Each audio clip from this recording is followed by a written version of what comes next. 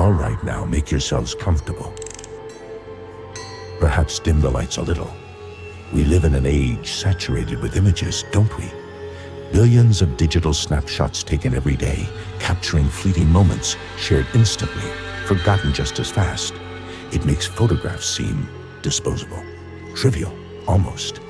But it wasn't always like that. There was a time when taking a photograph was an event, a deliberate act of capturing light and shadow, preserving a fragment of reality onto film, onto glass, onto paper. It felt more substantial, more permanent. We think photographs capture moments in time, freeze them. But what if some photographs aren't frozen? What if they're permeable? What if looking too closely lets something look back? My name doesn't much matter, but let's just say I've spent a lifetime around old photographs. An archivist, a historian of sorts, specializing in early photographic processes. Daguerreotypes, ambrotypes, tintypes, the first fragile paper prints. I've held moments from lives long extinguished, peered into the eyes of people dead over a century. You develop a feel for it, a sensitivity to the echoes held within those silver halides. Most are faint whispers, joy, sorrow, pride, boredom. Benign ghosts of captured light. But sometimes you find an echo that screams. This particular story begins, as many do, with a discovery. An estate auction, clearing out the contents of a dilapidated Victorian house on the edge of town, untouched for decades. Belonged to a recluse, apparently. The usual mountains of dusty furniture, forgotten trinkets, yellowed books. I was there looking for early local photography, maybe some stereoscopic views. Amidst a box of rusted tools and moth-eaten linens, I found it, an old camera, not particularly rare or valuable at first glance. A late 19th century wooden field camera, bellows intact but dry rotted, brass lens tarnished green. No maker's mark I recognized immediately. Heavy, solid, smelling faintly of dust, decay, and old chemicals. But what made my heart quicken wasn't the camera itself, but the weight of it. Too heavy. I carefully opened the back, my fingers trembling slightly with anticipation. Inside, nestled securely, was a wooden plate holder. And inside the holder, miraculously intact, was a single, large glass plate negative, undeveloped. Finding undeveloped film, especially a glass plate from that era, is like finding a message in a bottle tossed into the sea over a century ago. Who took the picture? When? What scene lay dormant, waiting in the latent silver? The potential thrill, the dopamine hit of discovery for someone in my line of work is immense. Of course, the chances of getting a usable image after potentially 100 years were slim. The emulsion could be fogged, cracked, chemically degraded beyond recovery, but the possibility, it was irresistible. I took the camera and the plate holder back to my workshop, my sanctuary, which includes a small, meticulously maintained darkroom where I still practice historical development processes. Handling the glass plate required extreme care. It was heavy, fragile, the emulsion potentially unstable. Under the dim red glow of the safe light, I prepared the chemicals, mixtures based on old formulas, trying to match what might have been used originally. The process is slow, meditative almost. The sharp, acrid scent of the developer, the gentle rocking of the tray, the intense focus required. You feel a connection to the past, to the unknown photographer who stood where you stand, waiting for an image to emerge from the chemical bath. Slowly, painstakingly, an image began to ghost onto the glass. It wasn't fogged beyond recognition. It wasn't blank. An image resolved itself, faint at first, then strengthening as the silver darkened. It was mundane. Disappointingly so initially. The interior of a room. Victorian era, judging by the heavy furniture draped in dust sheets, the ornate fireplace, the patterned wallpaper. Nobody was in the room. No dramatic scene, no portrait. Just an empty, silent space, seemingly captured for no particular reason. The composition was slightly off, tilted as if the camera had been placed hastily or unevenly. I rinsed the plate, fixed it, washed it again, the slow, careful ritual calming my initial disappointment. It was only when I held the developed negative up to the safe light for a closer look, water still dripping from its surface, that the unease began. The emptiness of the room felt wrong, too still, too perfect, like a stage set waiting for an actor who never arrived. And the shadows in the corners of the room, near a tall, dark wardrobe against the far wall, seemed unnaturally deep, absorbing the light. I squinted. Was there something in the shadows? A shape? Tall, thin. I shook my head. Pareidolia, the tendency to see patterns in random noise. A trick of the light? Degradation on the old emulsion? Surely. I made a positive print later, letting it dry overnight. Looking at the print in the clear light of day, the room seemed even starker, more desolate. The shadows in the corner still felt too deep, but discerning any definite shape was impossible. Just a patch of profound darkness that drew the eye, hinting at something hidden. I filed the print and the negative away, labeling them unidentified interior, C1890s, provenance unknown. Another historical fragment saved from oblivion. Yet, I couldn't shake a lingering sense of disquiet. That night, sitting in my study, I thought I caught a faint whiff of darkroom chemicals, developer and fixer, though the darkroom door was closed tight. I dismissed it, my mind playing tricks after hours spent with the old processes. But the feeling lingered, subtle, unnerving. Like looking at the photograph hadn't just captured an image, but had somehow opened a faint, chemical-scented line to the past. Or perhaps to whatever waited in the shadows of that empty room. The photograph, tucked away in my archives, should have become just another historical artifact. But it didn't quite settle. It exerted a subtle pull, a persistent echo in the back of my mind. Occasionally, working late in my study, I'd catch that phantom whiff of darkroom chemicals again, faint but distinct. Or I'd get a fleeting impression, just at the edge of my vision, of deep shadows gathering in the corners of my room, shadows that seemed too dark, too still, mimicking the unnatural darkness in the photograph. I'd turn, heart quickening, but there would be nothing there. Just furniture, bookshelves, ordinary shadows cast by ordinary light. Yet the feeling, the sense of a momentary overlap, lingered. My dreams also took a strange turn. I started dreaming of the room in the photograph, empty, silent, filled with dust-sheeted furniture. Sometimes I was just an observer, looking into the room as if through the lens of the old camera.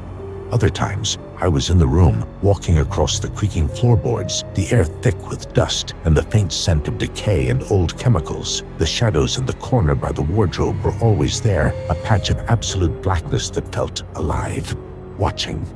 In the dreams, I felt an overwhelming urge to approach the shadows, to peer into them, mixed with an equally powerful sense of dread, a certainty that seeing what lurked within would be catastrophic. I always woke up before reaching them, heart pounding, the silence of my own bedroom feeling unnervingly similar to the silence of the photograph room. Driven by this persistent unease, I pulled the print out again, weeks later. I examined it under magnification, scrutinizing every detail. The dust sheets, the fireplace, the wallpaper pattern, everything seemed normal for the period, except those shadows. Under strong magnification, the darkness near the wardrobe wasn't uniform. There were subtle gradations, faint textures that hinted at something, a tall, thin form draped in dark fabric. An irregularity in the wall obscured by shadow. It remained infuriatingly ambiguous, like an optical illusion designed to suggest presence without confirming it.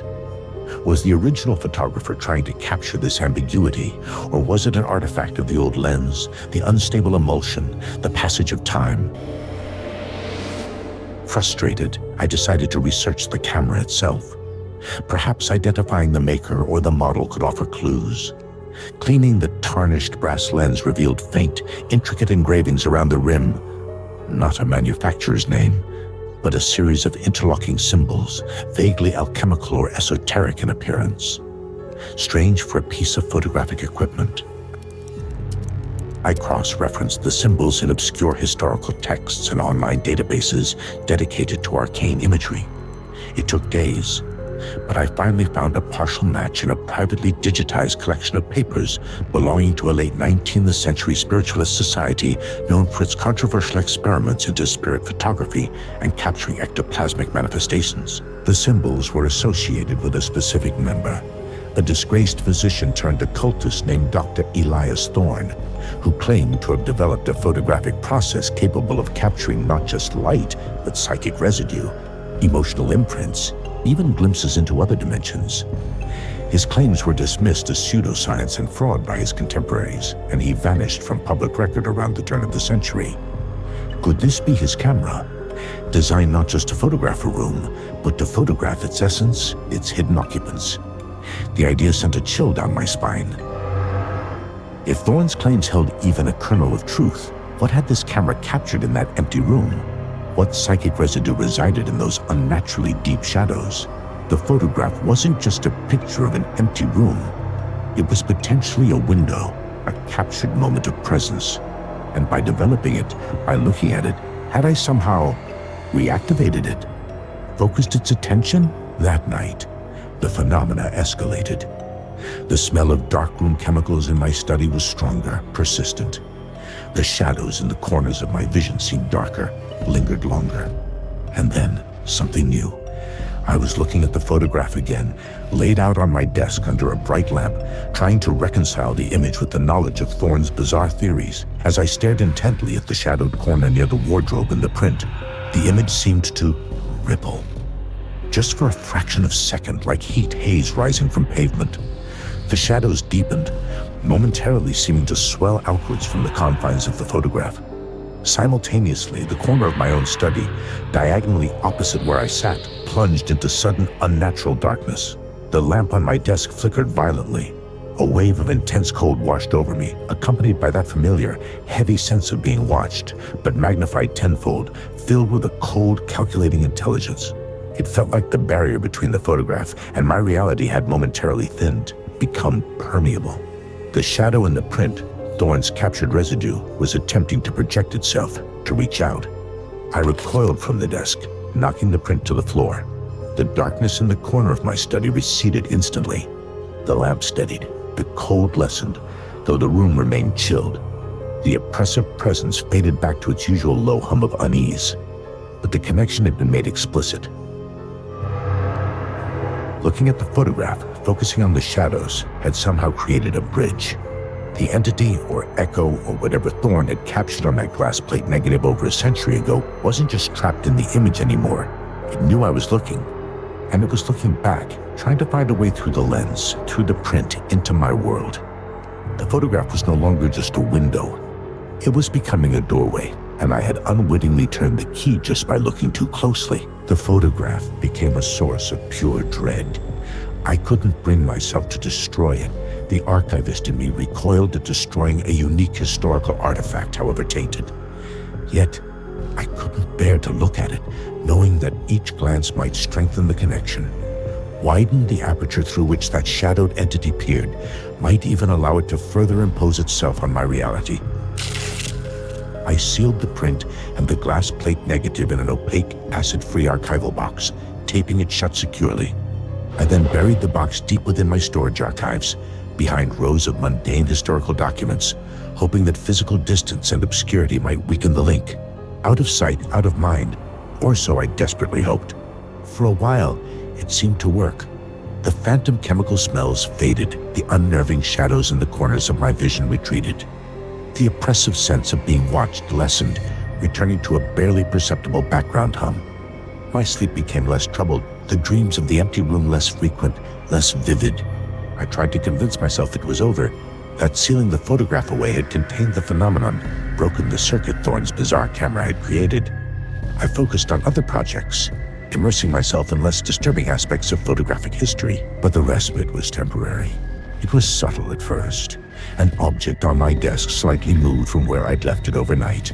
A book found open on the floor, though I was certain I hadn't left it there. Doors in the house creaking open or shut when there was no draft. Minor, easily dismissible things, classic poltergeist-like activity. I tried to rationalize it. Forgetfulness, the house settling, vibrations from passing traffic. but the incidents grew bolder, less ambiguous. One morning, I came downstairs to find every drawer and cupboard door in my kitchen standing wide open. Nothing taken, nothing disturbed inside, just opened. A silent, unsettling display. Another time, I returned home to find a single word scrawled in the condensation on my bathroom mirror. Look, the cold dread returned, stronger than before. Sealing the photograph hadn't contained it. It had merely frustrated it. Denied its visual anchor, its window, the entity. Thorne's captured residue was finding other ways to manifest, to interact, to demand my attention. It was no longer confined to the periphery of my senses or the boundary of the photograph. It was actively manipulating my physical environment. It wasn't just looking back anymore. It was here, a subtle, invasive presence weaving itself into the fabric of my home. The demand was clear. Look. It wanted me to retrieve the photograph, to re-establish the visual connection, to gaze once more into those shadows it inhabited. Why? Did it feed on attention? Did looking at it strengthen its ability to cross over? Was the photograph not just a window, but a necessary conduit for its full manifestation? The thought was terrifying. Giving it what it wanted felt like utter surrender, like willingly opening the door wider for whatever nightmare lurked within that century-old image. Yet, the alternative, living with this escalating, low-level haunting, this constant, unnerving manipulation of my surroundings, the sense of an unseen presence sharing my space, was becoming unbearable. My sanctuary felt invaded, contaminated. Sleep deteriorated again, plagued now not by dreams of the empty room, but by suffocating nightmares where shadows detached themselves from the walls of my own house, coalescing into that tall, thin, faceless form, reaching for me with unseen hands. I was caught in an impossible bind.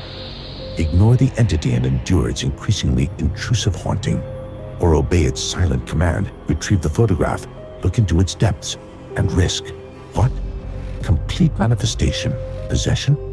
Being pulled into the photograph, joining whatever waited in the shadows of that desolate Victorian room. After a week of escalating incidents, objects moving, lights flickering, disembodied whispers just out of earshot, culminating in finding all the photographs in my study turned face down overnight. I reached a breaking point. Living under this subtle siege was destroying my sanity, right or wrong, dangerous or suicidal. I had to confront it. I had to understand what it wanted, what looking truly entailed.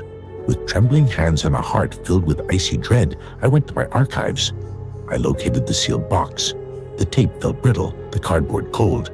I carried it back to my study, the air growing heavy, the familiar oppressive presence returning with suffocating intensity as I brought the contained photograph back into the main living space. I placed the box on my desk. The silence in the room was absolute, charged with anticipation. It knew. It was waiting. I took a deep breath, steadied my shaking hands, and began to peel back the tape, preparing to open the box, to retrieve the print, to look again into the haunted shadows captured by Elias Thorne's infernal machine, bracing myself for the final, perhaps fatal, connection.